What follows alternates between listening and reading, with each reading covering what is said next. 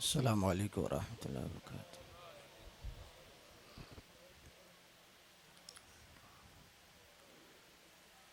سبحانک اللہم وبحمدک لا الہ الا انت استغفرک واتوب الیک۔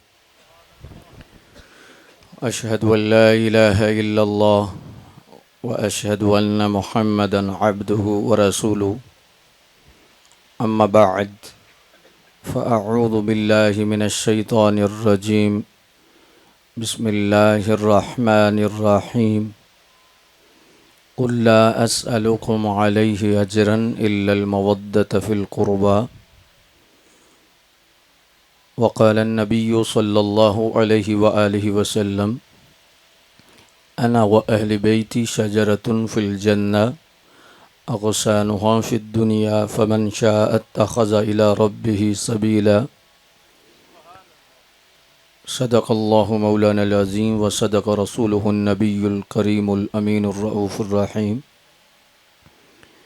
إن الله وملائكته يصلون على النبي يا أيها الذين آمنوا صلوا عليه وسلموا تسليما۔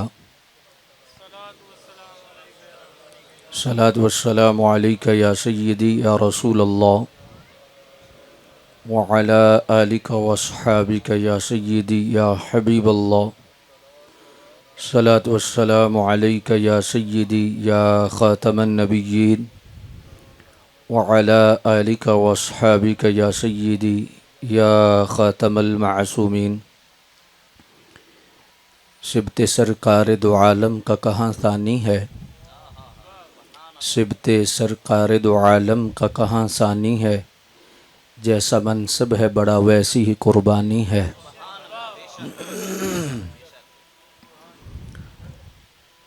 اور تجھے خدا نے ہے کتنا اونچا کرنا، اور تجھے خدا نے ہے کتنا اونچا کرنا، آج بھی کتنے یزیدوں کو پریشانی ہے۔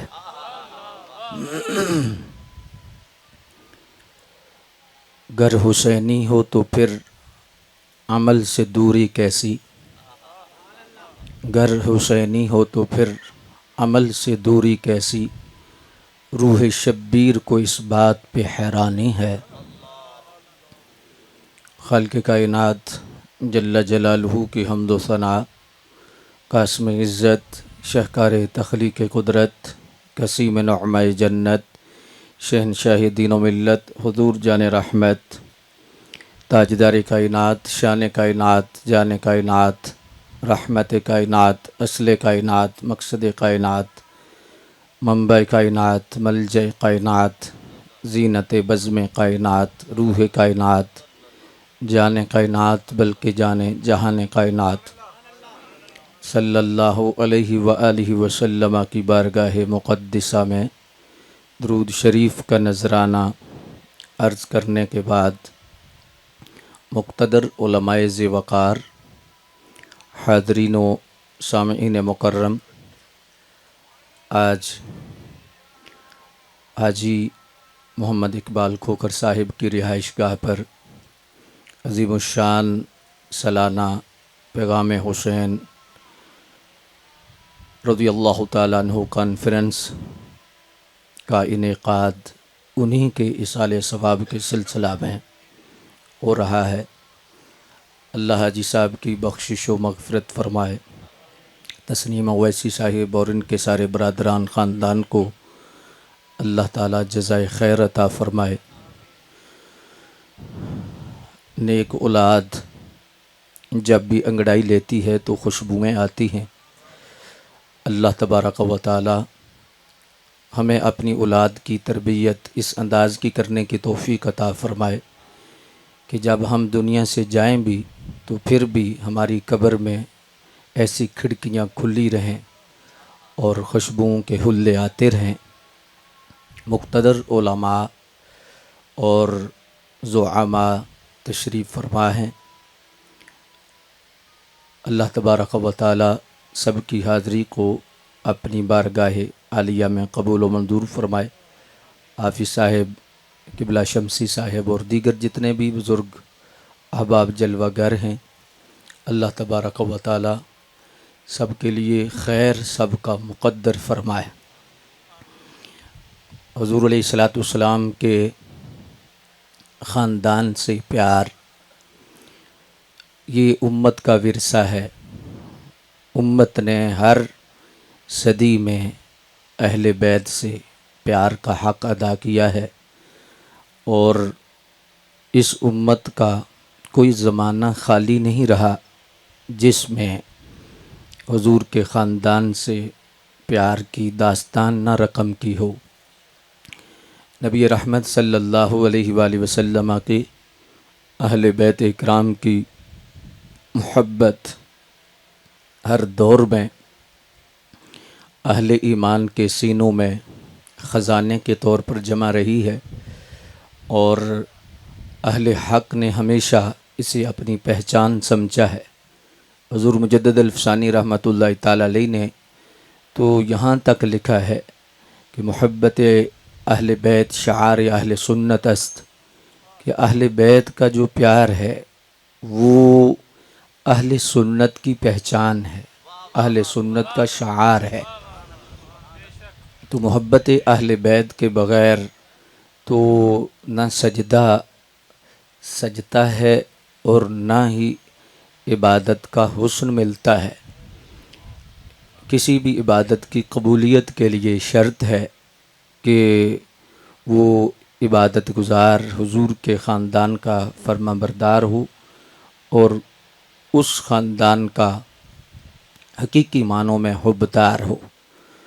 ویسے بھی فطرتی طور پر بھی آپ دیکھیں کہ جب ہم کسی کے بچوں سے پیار کرتے ہیں تو وہ کتنا خوش ہوتا ہے۔ ہم کسی کی اولاد سے پیار کریں، کسی کی اولاد سے محبت کریں، تو جن کی اولاد ہوتی ہے ان کے جذبات بڑے جداگانہ ہوتے ہیں، محبت بھرے ہوتے ہیں، شفقت بھرے ہوتے ہیں۔ تو اس بات کو سمجھنے میں یقیناً کوئی مشکل نہیں ہونی چاہیے کہ جب ہم حضور کی اولاد سے پیار کرتے ہیں تو پھر حضور کی شفقت کس طرح ملتی ہوگی۔ حضور کی شفقتیں، حضور کی خاص عنایتیں انہی کے مقدر میں ہوتی ہیں جن کے سینے میں حضور کی نسبتوں کا پیار ہے۔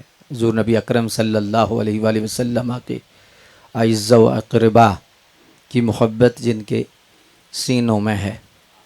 اور اگر ہم قرآن مجید فرقان حمید کے انوار کی طرف توجہ کریں تو اس فرمان سے بہت کچھ ہمیں سب سمجھنے کو اور سیکھنے کو ملتا ہے۔ قُلْ لَا أَسْأَلُكُمْ عَلَيْهِ أَجْرًا إِلَّا الْمَوَدَّةَ فِي الْقُرْبَى، بہت مشہور آیت مبارکہ ہے، اور تقریباً مختلف محافل میں یہ موضوع سخن ہوتی ہے۔ بہت سارے علماء اس پر بحث بھی کرتے ہیں، بہت سارے علماء اسے اپنی گفتگو کا حسن بھی بناتے ہیں۔ سادہ سی بات ہے قل، اور اس کا ترجمہ جب ہم کرتے ہیں تو ہمیں ایسی خوشبو آتی ہے اور ایسا ہمیں رنگ نظر آتا ہے۔ بہت سارے لوگوں نے لفظ قل کا جو ترجمہ کیا ہے وہ ترجمہ تو کیا ہے لیکن قرآن کی ترجمانی نہیں کی۔ ترجمہ کیا کیا ہے؟ اے نبی کہہ دیجئے، آپ کہہ دیں، تم کہہ دیں، اس طرح کے الفاظ ترجمے میں آپ کو ملیں گے۔ لیکن جب امام اہل سنت نے ترجمے کے لیے قلم اٹھایا تو لفظ اس طرح لکھے کہ آج بھی حوریں سلامیاں پیش کر رہی ہیں۔ تسنیم و کوثر کے جام لے کر آپ نے خوبصورت انداز میں وہ اس انداز کا ترجمہ کیا کہ ترجمہ بھی کیا اور قرآن کی ترجمانی بھی کی۔ سب نے کہا کہہ دیجئے، کہہ دو، کہہ دیں، لیکن اعلیٰ حضرت رحمۃ اللہ تعالی علیہ نے ترجمہ کیا اے محبوب آپ فرما دیں۔ لیکن کتنی مٹھاس ہے، کتنا حسن ہے۔ لفظوں میں فرق ہوتا ہے، بولنے میں فرق ہوتا ہے، انداز میں فرق ہوتا ہے۔ بعض دفعہ انداز بندے کو مار دیتا ہے، بعض دفعہ انداز بندے کو دیوانہ بنا دیتا ہے۔ انداز سے نفرت پیدا ہوتی ہے، انداز سے ہی محبت پیدا ہوتی ہے۔ یہ لفظ کاٹتے بھی ہیں، یہ لفظ چاٹتے بھی ہیں، اور لفظوں کے دانت بھی ہوتے ہیں۔ ہاں جی، لفظ بعض ایسے ہوتے ہیں کہ غیروں کو اپنا بنا لیتے ہیں، اور کچھ لفظ اپنوں کو بھی غیر بنا دیتے ہیں۔ حکیم الامت مفتی احمد یار صاحب رحمۃ اللہ تعالی علیہ سے آپ فرماتے ہیں کہ کسی بزرگ سے کسی نے پوچھا کہ یہ کلام الہی میں آپ یہ اس کا آپ دم کرتے ہیں، اس کا نام لے کر بیماریاں دور کرتے ہیں، تو یہ سمجھ سے باہر بات ہے، سمجھ میں نہیں آتی۔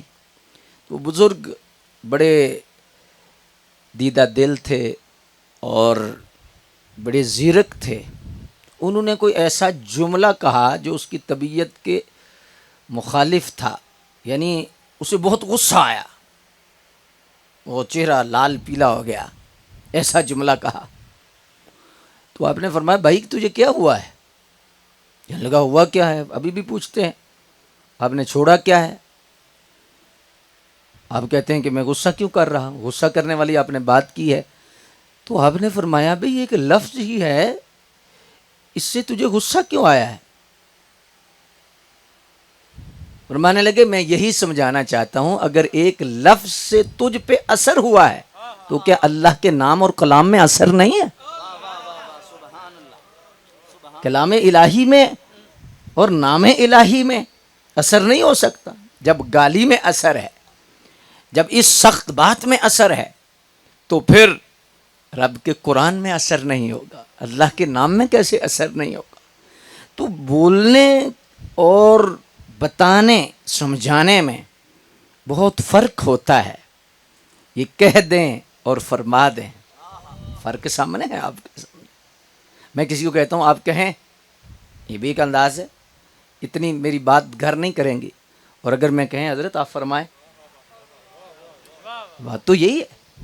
اور اگر میں ایک چھوٹی سی اور مثال کا سہارا لے کر معافی ضمیر منتقل کرنا چاہوں تو یقیناً آپ کے لیے آسانی ہوگی، میرے لیے بھی آسانی ہوگی۔ ایک شخص کسی سے پوچھتا ہے کہ آپ کے والد محترم کا کیا نام ہے؟ انداز تھوڑا سا بدلتا ہے، تیرے ابے دا کی نام ہے؟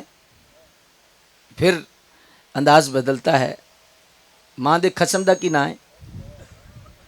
یہ بھی تو انداز ہے، اور یہ بھی انداز ہے۔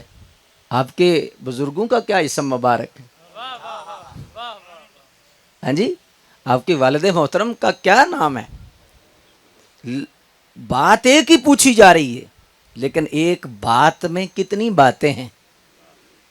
تو اس لحاظ سے یہ جو قرآن مجید کا ترجمہ ہے، بعض لوگوں میں ترجمہ تو کیا ہے، اور اس میں ترجمہ کر کے انہوں نے غلطیاں ہی نہیں، گستاخیاں بھی کی ہیں، لیکن جب امام اہل سنت نے ترجمہ کیا تو جن پہ قرآن نازل ہوا ان کی روح بھی خوش ہو گئے۔ اے محبوب آپ فرما دیں۔ اب وقت نہیں کہ میں تقابل تراجم آپ کے سامنے رکھوں، لیکن علماء سے آپ پوچھ سکتے ہیں، سمجھ سکتے ہیں۔ آپ قرآن مجید کا تب بھی ترجمہ خریدیں، کنز الایمان شریف خریدیں۔ کنز کا مطلب ہوتا ہے خزانہ، ایمان، ایمان کا خزانہ، اور آپ کو واقعی پتہ چلے گا کہ یہ ایمان کا خزانہ ہے۔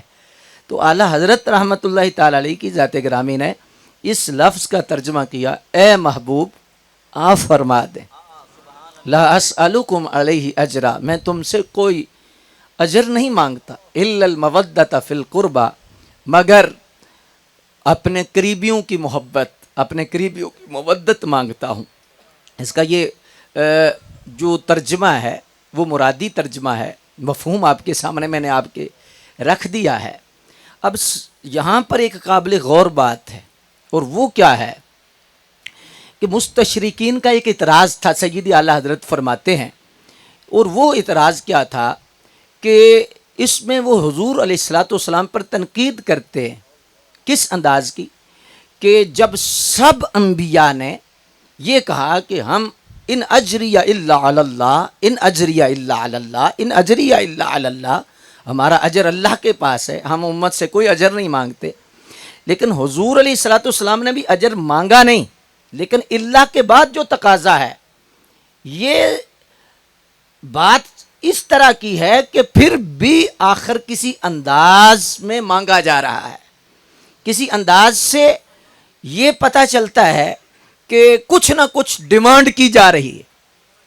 تو لہٰذا وہاں پر اقربا پروری اور اس لحاظ سے مستشرقین اور جو ملحد لوگ ہیں انہوں نے یہ اعتراض اٹھانا چاہا، لیکن سیدی اعلیٰ حضرت نے کیا خوب کمال جواب دیا. اور کس انداز کا جواب دیا؟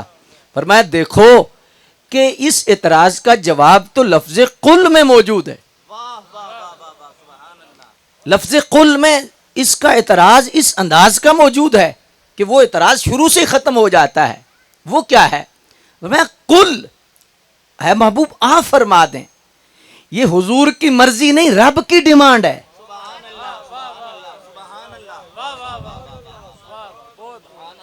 اگر حضور کی مرضی ہوتی یا حضور کی چاہت ہوتی یہ علیحدہ بات ہے، لیکن لفظ قل بتا رہا ہے کہ یہ اللہ تبارک و تعالیٰ کی چاہت ہے. محبوب آپ فرما دیں ایسا ہونا چاہیے، آپ فرما دیں ایسا یہ کریں، آپ فرما دیں یہ ایسے انداز میں چلیں. تو کس کی چاہت ہے؟ تو محبت اہل بیت کا تقاضا خود رب فرما رہا ہے. اس پر اللہ حضرت فرماتے ہیں کہ یہ اعتراض ختم ہو جاتا ہے کہ حضور نے اجر مانگا ہے. اس کی بے شمار جہتیں ہیں اور بے شمار پہلو بھی ہیں. اللہ اکبر. حالانکہ یہ بنتا بھی نہیں، لیکن سیدی اعلیٰ حضرت نے لفظ قل سے اس اعتراض کو ختم فرما دی. اللہ اکبر. اور فرمایا قریبیوں کی محبت. اب جو قریبی ہوتے ہیں وہ کون کون سے ہوتے ہیں؟ سادہ لفظوں میں ایک بندے کے قریبی رشتہ دار کون کون سے ہوتے ہیں؟ سب سے قریبی پہلے ماں باپ ہوتے ہیں، پھر قریبی بیویاں ہوتی ہیں، پھر قریبی اولاد ہوتی ہے، پھر قریبی وہ ہوتے ہیں جن سے بچیاں لی جائیں، پھر وہ قریبی ہوتے ہیں جن سے بچیاں دی جائیں. ایسے ہی ہے، یہ قریبی ہوتے ہیں. اور اب دیکھیے کہ اگر بندے کے والدین قریبی نہیں تو پھر اور قریبی کون ہے؟ اور اگر بندے کی بیوی قریبی نہیں تو اور کون قریبی ہے؟ یہ عجیب بات ہے کہ بندہ اولاد کو تو قریبی سمجھے، بیوی کو قریبی نہ سمجھے. یہ سمجھنے والی بات ہے نا. اور پھر ایک اور بات سمجھیے کہ اولاد بیوی سے ہے، بیوی اولاد سے نہیں، بیوی سے اولاد ہے. تو پہلے بیوی ہے پھر اولاد ہے. اگر اہل بیت میں بیوی نہیں تو بچے کہاں سے آ گئے؟ قریبیوں میں بیوی نہیں تو بچے کہاں سے آ گئے؟ اللہ اکبر. بچوں کو تو قریبی مانو اور بیویوں کو قریبی نہ مانو، یہ انصاف کے خلاف ہے. تو بیویاں بھی قریبی، ماں باپ بھی قریبی، اولاد بھی قریبی. پھر آگے شاخیں نکلتی ہیں، اولاد کی اولاد وہ بھی قریبی ہوتی ہے. ظاہر ہے بچے بندے کے نواسے وہ بھی قریبی ہوتی ہیں، نواسیاں بھی قریبی ہوتی ہیں. بچے کے بندے کے پوتے بھی قریبی ہوتی ہیں، پوتیاں بھی قریبی ہوتی ہیں. وہ سارے قریبی ہوتے ہیں. لیکن ڈائریکٹ جو قریبی ہیں یہ 5 ہیں پنج تن پاک کی نسبت سے. بندے کے والدین، بندے کی ازواج، بندے کے وہ اولاد جو ڈائریکٹ ہے، اور پھر وہ لوگ جن سے بچیاں کی ہوں. اب حدیث شریف کا سہارا میں لینا چاہوں گا. مفہوم ہے کہ فرمایا ایک بندے کے 3 باپ ہیں، ایک حقیقی ہے، 2 روحانی ہیں. حقیقی والد وہی ہے جس سے وہ دنیا میں آیا ہے، دوسرا روحانی والد اس کے استاذ ہیں، تیسرا روحانی والد جس نے اس کو بچی دی ہے وہ بھی باپ ہے. یہاں رک کر اگر میں اشارہ کرنا چاہوں تو یقیناً آپ سمجھنے میں ماشاءاللہ خوشی محسوس کریں گے کہ جس نے بچی دے دی، اس نے قربانی کی، اس نے بہت کچھ دے دیا، اور وہ شخص کیسا غافل شخص ہے کہ بچی لے کر بھی اس کی نظر فریج پر ہو، ٹی وی پر ہو، گاڑی پر ہو، جہیز پر ہو. جب جگر کا ٹکڑا جو لے لیا، ارے اب کیا چاہیے؟ اور جس نے جگر کا ٹکڑا دے دیا پیچھے چھوڑا کیا؟ اور یاد رکھو، جس رشتے میں لالچ ہوتا ہے وہ کبھی توڑ نہیں چڑھا کرتا. اور جو فرد کسی جہاں سے شادی کو ہی ہو وہاں پر نظر رکھے، ساری زندگی اس کو برکت نہیں مل سکتی. صرف اور صرف حق مہر میں برکت رکھی گئی ہے. عورت کے پیسے میں حق مہر میں برکت ہے جو اس کی ملک ہو جاتا ہے. باقی جو اس کا مال پیچھے سے ہو یا اس کا ہو، اس میں خامد کے لیے برکت نہیں رکھی گئی. خامد کے لیے اسی میں برکت رکھی گئی ہے جو اس کا اپنا مال ہے. تو اس لحاظ سے وہ شخص جس نے بچی دی ہے، کیا وہ قریبی ہوگا کہ نہیں؟ رسول اللہ تو کہہ رہے ہیں تیرا باپ ہے. رسول اللہ فرمائیں کہ وہ باپ کی جگہ ہے، روحانی باپ ہے. تو وہ قریبی ہوا کہ نہیں؟ اچھا پھر جسے بچی دی جائے، داماد، وہ بھی قریبی ہوتا ہے کہ نہیں ہوتا؟ اب اللہ تبارک و تعالیٰ کیا فرما رہا ہے کہ محبوب ان سے فرما دیں کہ میری چاہت یہ ہے کہ اور تو جو بھی آپ نے تبلیغ کی ہے ان سے کوئی ڈیمانڈ نہیں، لیکن محبوب آپ کہہ دیں کہ آپ کا رب چاہتا ہے کہ آپ کے ماں باپ سے بھی پیار کریں، آپ کی ازواج سے بھی پیار کریں، آپ کی اولاد سے بھی پیار کریں، اور جہاں سے بچیاں آپ نے لی ہیں ابو بکر و عمر و ابو سفیان ان سے بھی پیار کریں، اور جنہیں بچیاں دی ہیں علی و غنی سب سے پیار کریں. قربا بچیاں دی سرکار نے کن کو ہیں؟ ان سے بھی پیار کرنا، وہ بھی قریبی ہیں. اور جن سے بچیاں لی ہیں، ایک موٹی سی بات سمجھ لو، موٹی سی، آگے نہ جاؤ. ماں باپ تو حضور کے ہو گئے قریبی، بیویاں بھی قریبی، اولاد بھی. تو جو سسر ہیں، تو جو داماد ہیں، کیا وہ قریبی نہیں؟ حضرت ابو بکر پاک، حضرت عمر پاک، یہ وہ لوگ ہیں جو حضور علیہ الصلوۃ والسلام کے اس درجے میں سسر کے اعتبار سے ہیں. اور مولا علی شیر خدا کرم اللہ وجہ الکریم اور حضرت عثمان غنی رضی اللہ تعالیٰ عنہ، یہ کون ہیں؟ یہ داماد ہیں. ابو سفیان بھی سسر ہیں. تو اس لحاظ سے اللہ تبارک و تعالیٰ کی چاہت ہے کہ فرمایا کہ اور کچھ نہیں، لیکن قریبیوں سے پیار تو کرو نا، قریبیوں سے محبت تو ہو. تو اس لحاظ سے حضرات، یہ محبت اہل بیت یہ ڈیمانڈ اللہ کی ہے. اور اس خوش قسمت شعبے میں جس بندے کو حصہ مل گیا وہ بہت خوش قسمت ہے، اور بہت اللہ تبارک و تعالیٰ نے اسے نوازا ہے. ایک تو جہت یہ ہے کہ ہم اہل بیت سے پیار کیوں کریں، یہ میں نے جہت آپ کے سامنے رکھ دی ہے کہ یہ اللہ کی مرضی ہے، اللہ تبارک و تعالیٰ کی چاہت ہے. اور اللہ کی چاہت پر عمل کرنے سے اللہ راضی ہوتا ہے، اللہ کی رضا بندے کو ملتی ہے. ایک تو یہ شعبہ ہے.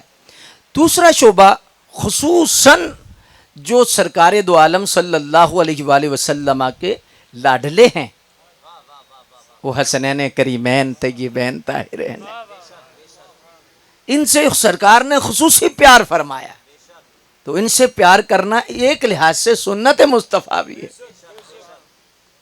اور پھر اس پر اگر میں صرف ایک جملہ آپ کے سامنے رکھنا چاہوں اور اس انداز میں رکھنا چاہوں کہ ان کی عظمت اور شان، بعض لوگوں کو آج الہادی دور ہے اور اس قسم کا دور ہے کہ لوگوں کے دماغ موٹے ہو چکے ہیں، اور اس قسم کی خوراکیں ہیں کہ اس قسم کے پردے پڑ چکے ہیں کہ بہت ساری چیزیں سمجھنے کے لیے بہت وقت انہیں چاہیے اور پھر بھی نہیں سمجھ سکتے.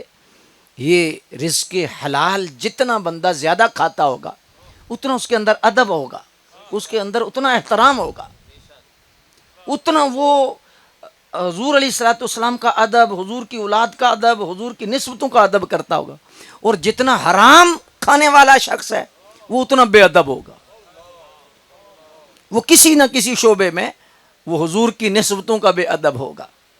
اور حلال کھانے والا، حلال دیکھنے والا، حلال سننے والا، حلال بولنے والا، حضرات اللہ میں حلال ہی کی توفیق عطا فرمائے، حرام سے بچنے کی توفیق عطا فرمائے.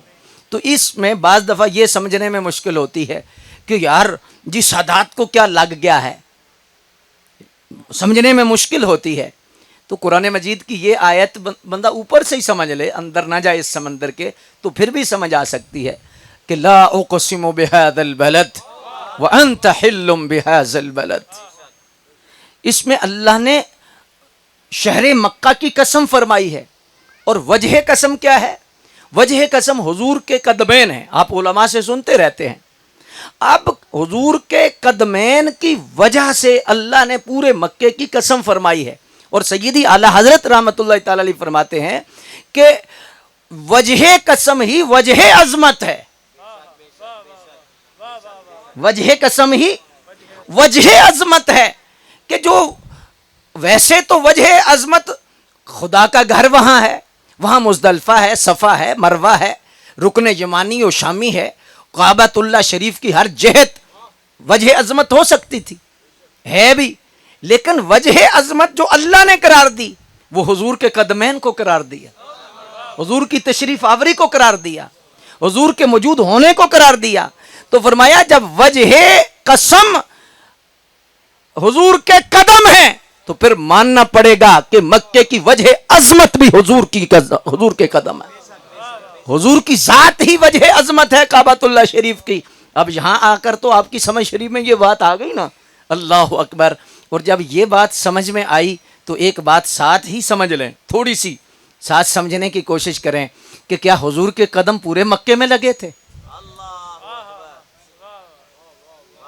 پھر 1400 سال سے خون کی عزت کی سمجھ آپ کو آ جائے گی، نسبت کی سمجھ آ جائے گی. کیا قدم سارے مکے میں لگے تھے؟ لیکن اللہ نے تو بلد فرمایا، پورا شہر فرمایا ہے کہ پورے مکے کی قسم اللہ فرما رہا ہے. تو جب پورے مکے میں قدم نہیں لگے تو پھر قسم پورے مکے کی کیوں ہے؟ اس جگہ کی قسم ہونی چاہیے تھی، لیکن پورے مکے کی قسم ہے. تو اس پر 2-3 چیزیں بہت خوبصورتی سے سمجھ آ سکتی ہیں. وہ اس انداز میں سمجھ آ سکتی ہیں کہ اللہ تبارک و تعالی جل مجد الکریم کے یہ کرم کا معاملہ ہے، یہ فیصلہ ہے کہ اس کی جو برکت ہے چاہے تھوڑی سی جگہ پر ہو لیکن وہ بہت ساری جگہ کو گھیر لیتی ہے، بہت ساری جگہ کو شرف دے دیتی ہے. اگر سادہ لفظوں میں ایک اور مسئلہ بھی یہاں سمجھانا چاہوں تو آپ کی سمجھ شریف میں یقیناً آ جائے گا اور عقیدہ اہل سنت ماشاءاللہ مزید آپ کو سمجھنے کے لیے آسانی پیدا ہو جائے گی. بعض لوگ کہتے ہیں دیکھو ایک اللہ کا ولی ہے، ایک مہر علی ہے، ایک جماعت علی ہے، ایک ہند الولی ہے، ایک غوث جلی ہے، ایک اجمیر شریف میں حضرت خواجہ معین الدین غریب نواز ہیں. مان لیا کہ وہ ہیں، لیکن تم پورے شہر کو شریف کہہ رہے ہو. اجمیر شریف، گولڑا شریف، چورا شریف، سیال شریف، بغداد شریف، تو سارے شہر کو تم شریف کہتے ہو، پورے شہر کو ہی شریف کہہ رہے ہو. تو یہ کیا وجہ ہے؟ حالانکہ وہاں پر چور بھی ہیں، وہاں ڈاکو بھی ہیں، وہاں ہندو بھی ہیں، وہاں سکھ بھی ہیں، وہاں منکر بھی ہیں، وہاں گستاخ بھی ہیں، لیکن وہ نظر نہیں آتے. تمہیں ایک بزرگ نظر آتا ہے. تو ہم نے کہا لا اقسم بہذا البلد نے یہ سمجھایا، وانت حل بہذا البلد نے یہ سمجھایا کہ وہاں ابو جہل بھی تھا، وہاں ابو لہب بھی تھا، وہاں کافر بھی تھے، لیکن اللہ نے پورے مکے کی قسم فرمائی ہے.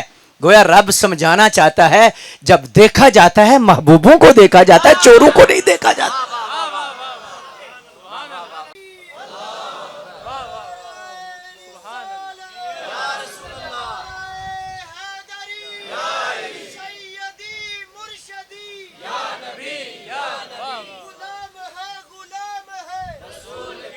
اب یہاں پر ایک اور بات بھی سمجھ لیجئے، میں اس طرف نہیں جانا چاہتا، یو ٹرن تھوڑا دور ہے، لیکن جہاں قدم لگ رہے ہیں وہاں اللہ اس کو وجہ قسم بنا رہا ہے. اللہ اکبر، قدموں کو وجہ قسم بنایا. تو اب جس جگہ حضور خود آرام فرما رہے ہیں، کیا مدینہ شریف نہ ہم کہیں؟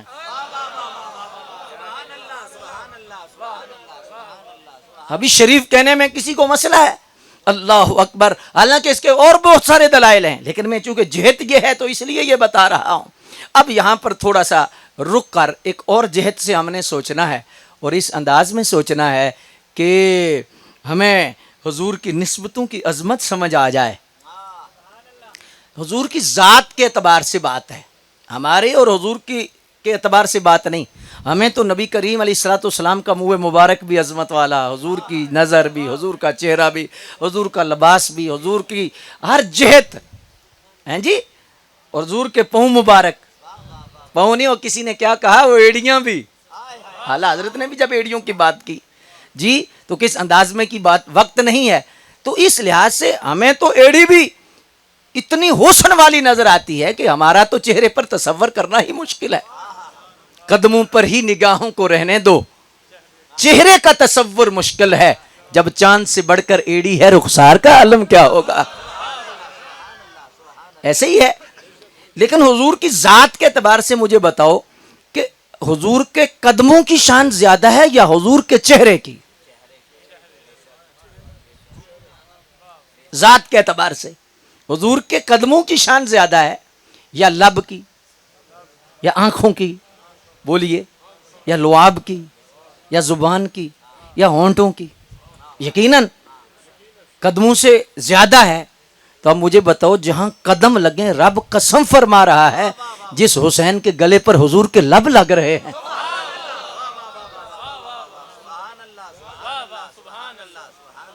اس امام حسین کی عظمت کو کیسے ہم سمجھیں؟ اچھا، یہاں پر ایک اور جہت بھی میں سمجھا دوں تاکہ آپ کی سمجھ میں مزید آ جائے. وہ یہ ہے کہ اگر قدم لگنے سے اللہ قسم فرما رہا ہے تو جس ماں کے پیٹ میں حضور 9 مہینے رہے، بولنے میں کنجوسی نہ کیجئے، اس کی وجہ ہے. میری چونکہ طبیعت یہ نہیں، میں خود ہی بولتا ہوں، دوسروں کو کم بلاتا ہوں، اور میں یہ اس بات بھی یقین رکھتا ہوں کہ جو دل سے سبحان اللہ نکلے اسی سے بوٹا لگتا ہے. دل مجبور کرے، خطیب مجبور نہ کرے، دل مجبور کرے، نعت خواں مجبور نہ کرے. ہاں جی، دل مجبور کرے تو پھر جنت میں بوٹا لگتا ہے، میرا اس بات پہ یقین ہے.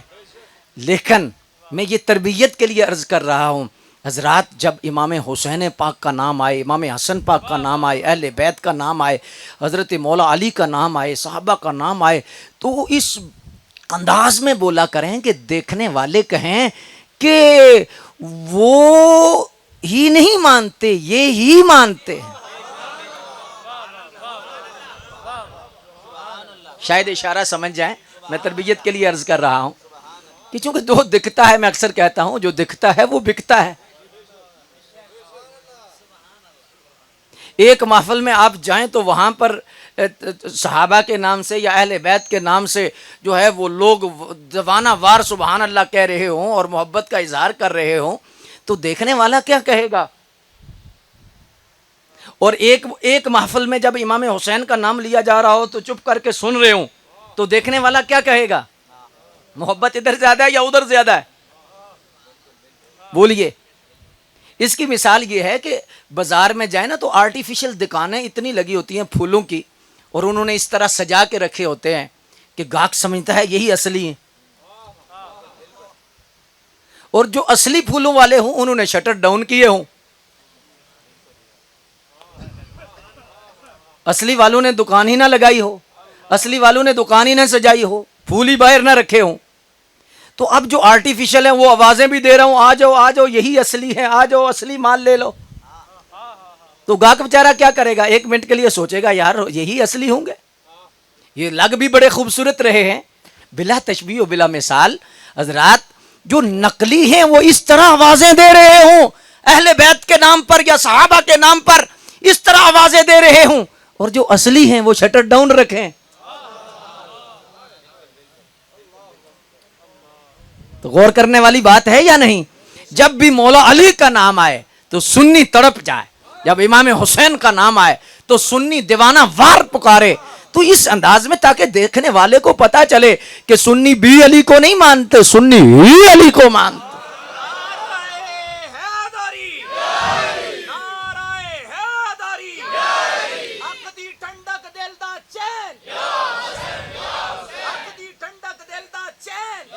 آپ حافظ صاحب نے نعرہ لگایا ہے, علامہ صاحب بھی موجود ہیں, علماء ماشاءاللہ سارے موجود ہیں, آپ نے نعرہ لگایا ہے, بہت اچھا نعرہ لگایا ہے, لیکن میں اس سے بھی زیادہ ڈیمانڈ کر رہا ہوں سنیوں سے. میری ڈیمانڈ اس سے بھی زیادہ ہے اہل سنت سے, اس سے بھی زیادہ ہے یار. میں نے اتنی بات آپ کو سمجھائی ہے کہ بلا مولا علی کے نام پر اس طرح بولیں کہ دیکھنے والے کو پتہ چلے. اب میں آہستہ سے کہتا ہوں, نعرہ حیدری لگاتا ہوں, اور آپ کے ہاتھ اٹھ, اور یہ جب ہاتھ مولا علی کے نام پہ یا امام حسین پاک کے نام پہ اٹھتے ہیں یا اہل بیت اور صحابہ کے نام پہ اٹھتے ہیں, ان کا وزن قبر میں پتہ چلے گا. ہاں جی, نعرہ حیدری, نعرہ حیدری, نعرہ حیدری, اکھ دی ٹھنڈک دل دا چین, یا حسن یا حسن یا حسن یا حسن.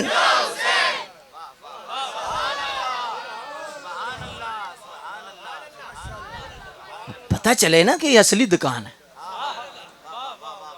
حقیقی پھول ادھر ہی ہیں جی. تو اس لیے دھوکہ لوگ کھائیں تو دھوکے سے بچانے کے لیے لوگوں کو بھی اس نیت سے بھی آپ بولا کریں, اخلاص. سبحان اللہ. تو اس لحاظ سے دو باتیں میں نے عرض کر دی ہیں, ایک تو جو ہے عمومی اہل بیت سے پیار, دوسرا حضور علیہ الصلوۃ والسلام کی آل پاک سے پیار. وہ میں آپ کے سامنے رکھ رہا ہوں کہ جب قدم لگ کر مکے کو اتنی عظمت اللہ عطا فرما رہا ہے قدموں کی وجہ سے, تو پھر سرکار دو عالم صلی اللہ علیہ وآلہ وسلم کی ذات گرامی کی جو دیگر نسبتیں ہیں, اگر آپ سمجھنا چاہیں تو اس جہت سے بھی میں کہہ سکتا ہوں سبحان اللہ, سبحان اللہ. صرف حضور کے قدم لگ رہے ہیں, اللہ قسم فرما رہا ہے, تو جس جگہ حضور لیٹے ہیں اور ساتھ دو یار لیٹے ہیں. لا اقسم بهذا البلد وانت حل بهذا البلد. تو حضرات اس لحاظ سے جو دو جہتیں میں نے عرض کی ہیں, اب امام علی مقام رضی اللہ تعالیٰ عنہ کا پیغام کیا ہے ہمارے لیے, چونکہ پیغام حسین کانفرنس ہے, تو اس لحاظ سے بھی دو تین باتیں میں عرض کر کے اجازت چاہنے لگا ہوں. وہ یہ ہے کہ امام علی مقام رضی اللہ تعالیٰ عنہ کا جو پہلا پیغام ہے, حضرات غور کرنا ہے, پیغام حسینی پیغام بہت ڈاڈا ہے. یہ ہضم بہت کم لوگوں کو ہوتا ہے, جو حسینی ہوں اور حسنی ہوں ان کو ہضم ہوتا ہے, لیکن یہ دوائی میں کیپسول میں ڈال کے دے رہا ہوں تاکہ کم از کم گلے میں کڑوی نہ لگے اور وہ جہاں جائے شفا دے دے. حضرت امام علی مقام حج کے دن چھوڑ کر, مدینہ چھوڑ کر, اتنی بڑی گدی چھوڑ کر, اتنی بڑی سجادہ نشینی چھوڑ کر, اپنے خاندان کے افراد کو لے کر حج بھی نہیں کیا. ان دنوں میں آپ تشریف لے گئے ہیں, تو کبھی سوچا وجہ کیا تھی؟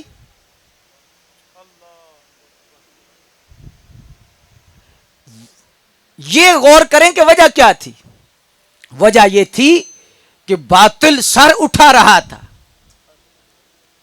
اور امام علی مقام رضی اللہ تعالیٰ عنہ نے یہ پیغام دیا کہ جب باطل سر اٹھا لے تو پھر حق والوں کو دیر نہیں کرنی چاہیے, اور یہ بھی نہیں سوچنا چاہیے فلاں بھی آ جائے, فلاں بھی آ جائے, فلاں بھی آ جائے, فلاں بھی آ جائے, فلاں بھی آ جائے, چل پڑو.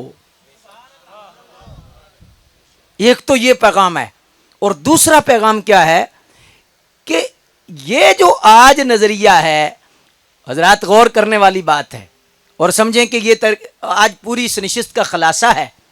امام علی مقام نے یزید کے ساتھ لڑائی کی, اپنی شہادت بھی پیش کر دی, اپنے بچوں کی شہادت بھی پیش کر دی. گویا قیامت تک حسینی نظریہ یہ دیا کہ سب ٹھیک نہیں.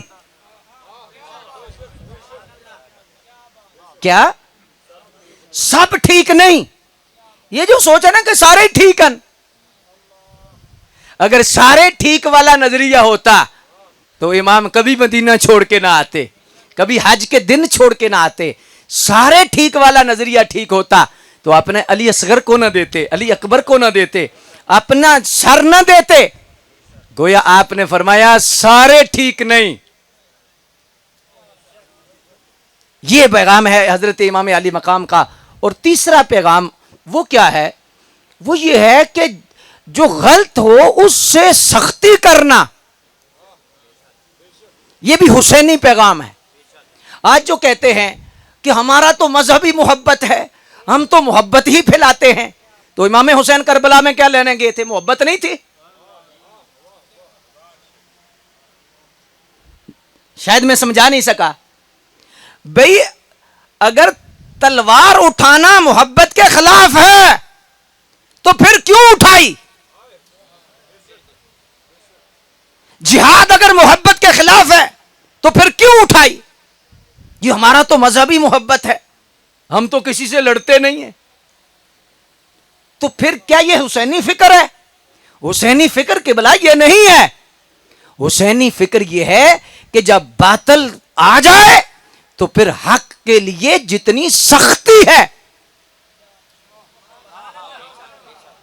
اس میں بھی اللہ کی رضا ہے. اور حکیم الامت مفتی احمد یار صاحب رحمۃ اللہ تعالی علیہ کی ذات گرامی آپ ایک خوبصورت مثال دیتے ہیں, اور وہ مثال میں دے کر اجازت چاہوں گا. وہ مثال دیتے ہیں, آپ فرماتے ہیں ایمان کے دو پر ہیں. ایک ہے محبت رسول والا, یہ سرکار سے محبت والا پر ہے, اور ایک ہے دشمن رسول سے نفرت والا. یہ دو پر حرکت کریں گے تو بندے کی ترقی ہوگی. صرف محبت رسول والا پر ہو اور دشمن رسول سے نفرت والا پر نہ ہو تو پھر ترقی نہیں ہوتی. آپ فرماتے ہیں کہ 100 نمبر کا پیپر ہے, 50 نمبر سرکار سے محبت کے ہیں اور 50 نمبر سرکار سے جو نفرت کرتے ہیں, سرکار دو عالم صلی اللہ علیہ وسلم کی نسبتوں کے جو مخالف ہیں, صحابہ کے جو مخالف ہیں, اہل بیت کے جو مخالف ہیں, نبی کریم صلی اللہ علیہ وسلم کے جو دشمن ہیں, فرمایا ان سے نفرت کے 50 نمبر ہیں. 50 نمبر حضور سے محبت کے اور 50 نمبر نفرت کے. پتہ چلا بعض دفعہ محبت بھی فائدہ دیتی ہے اور بعض دفعہ نفرت بھی. یہ پیغام حسین نہیں کہ سب سے ہی محبت کرو, سب سے ہی محبت کرو, بس سارے ہی ٹھیک ہیں. یہ پیغام حسین نہیں. پیغام حسین یہ ہے حضور سے محبت کرو اور حضور کی نسبتوں سے محبت کرو, اور جو حضور کا غدار ہے اور جو حضور کی نسبتوں کا غدار ہے اس سے بھی نفرت کرو اور اس کے عمل سے بھی نفرت کرو. تب تمہارا 100 نمبر کا پیپر پورا ہوگا. تو اس لیے حضرات یہ پیغام حسین میں نے آپ کے سامنے رکھ دیا ہے, اور اللہ پاک آپ کو بہت زیادہ جزا عطا فرمائے اور نبی اکرم صلی اللہ علیہ وآلہ وسلم کی سچی محبت عطا فرمائے. ایک پیغام مزید میں عرض کر دیتا ہوں تاکہ آپ کے چہرے مزید چمک جائیں. وہ کیا ہے کہ امام علی مقام کا بندہ نام لے, دیگ پکائے, نعرہ لگائے, اس کو یہ سمجھ جانا چاہیے کہ میں اس امام کا نام لے رہا ہوں جس کا سر کٹ تو گیا لیکن قرآن سے نہیں کٹا.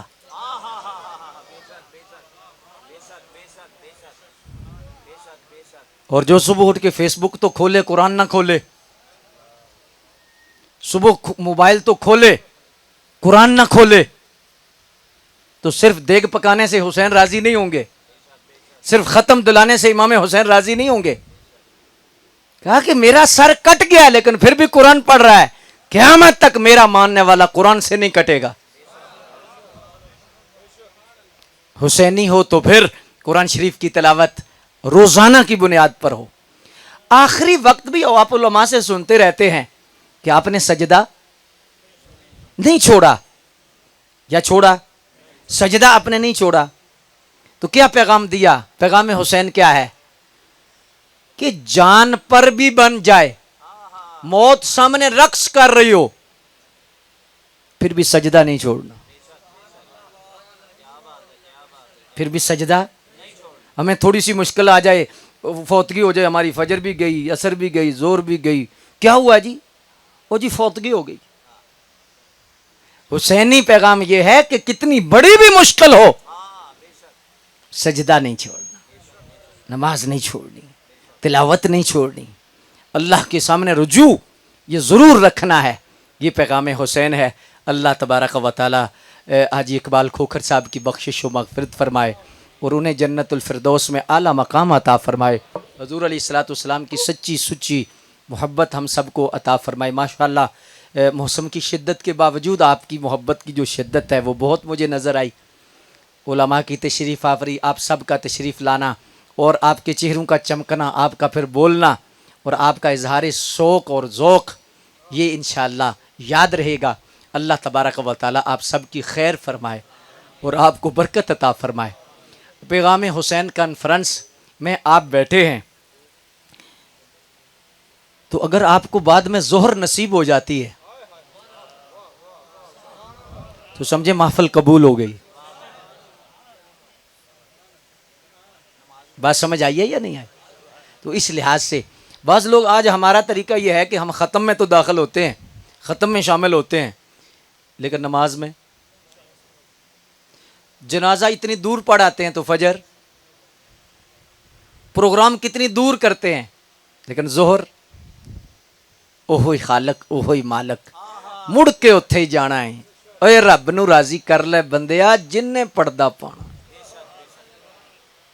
کوشش کریں کہ ہم آپ علیہ السلام کی سیرت پر بھی عمل کریں، پیغام حسین پہ بھی ہم عمل کریں، صرف نعرے کی حد تک نہ رہیں. اور اللہ کا شکر ہے کہ اہل سنت و جماعت کا عقیدہ بھی ٹھیک ہے اور ان کا عمل بھی ٹھیک ہے. اور اس کی دلیل کیا ہے کہ ان میں اللہ کے ولی ہیں. جس نظریے میں اللہ کے ولی ہیں سمجھو اس کا عقیدہ بھی ٹھیک ہے، اس کا عمل بھی ٹھیک ہے. تو اس لحاظ سے انفرادی طور پر کسی کی کمی ہے تو وہ ہے، لیکن اجتماعی طور پر جس قافلے کو اللہ نے قبول کیا جو صراط مستقیم پر ہیں وہ اہل سنت و جماعت. اللہ کا شکر ہے یہ اللہ پاک نے ہمیں وہ مسلک نور عطا فرمایا ہے کہ جس میں اہل بیت کا بھی پیار ہے، صحابہ کا بھی پیار ہے، حضور کی ہر نسبت کا ادب اور پیار ہے. اللہ پاک ہماری حاضری کو قبول و منظور فرمائے اور ہمیں صحیح معنوں میں سرکار کی سنت و شریعت کا دامن تھامنے کی توفیق عطا فرمائے. ٹھیک ہے، ٹائم کیا ہو گیا؟ 1 بج گیا. ٹھیک ہے، پہلے دعا کرنی ہے یا نماز پڑھنی ہے؟ کیا خیال ہے نماز ادھر ہی پڑھ لینا؟ ہاں جی، ابھی سلام پڑھیں گے، سلام پڑھ کے دعا کر لیتے ہیں، فوراً جماعت انشاءاللہ ہو جائے گی. سنتے سلام شمع بز میں ہدایت پہ لاکھوں سلام، جن کا جھولا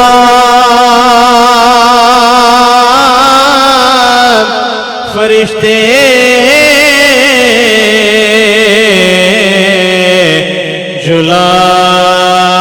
جھلاتے رہے، لوریاں دے کے روری سلاتے رہے. اس حسین ابن حیدر پہ لاکھوں سلام، اس حسین ابن حیدر پہ لاکھوں سلام، جن کا نانا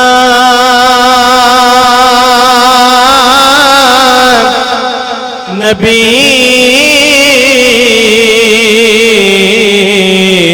جن کا بابا علی،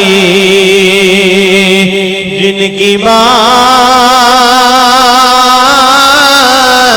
سیدہ، جن کا بھائی حسن، اس حسین ابن حیدر پہ لاکھوں سلام. مصطفیٰ جان رحمت پہ لاکھوں سلام. یا الہی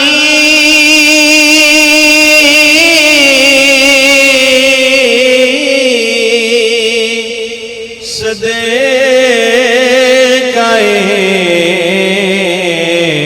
آل رسول، یہ سلام عاجزانہ روحوں کو بول ہم سب کو سبز گنبد کی زیارت ہو نصیب۔ تمامی افراد تشریف رکھیے۔ اب مولانا محمد وعلى آلہ واصحابہ اجمعین۔ بسم اللہ علی دینی، بسم اللہ علی نفسی وولدی واہلی ومالی، اللہ اکبر کبیرا والحمد للہ کثیرا وسبحان اللہ بکرۃ واصیلا، یا حی یا قیوم برحمتک استغیث فلا تقلنی الی نفسی طرفۃ عین واصلح لی شانی کلہ، اللہم انا نسألک من فضلک ورحمتک یا ارحم الراحمین۔ الہ العالمین ہماری حاضری کو شرف قبولیت عطا فرما، اور جو کلام شریف پڑھا، ذکر و اذکار کیا، حضور کی جمیع نسبتوں کا صدقہ اللہ قبول فرما، اور خصوصاً اس کا ثواب سرکار دربار نور میں پیش کرتے ہیں، قبول فرما۔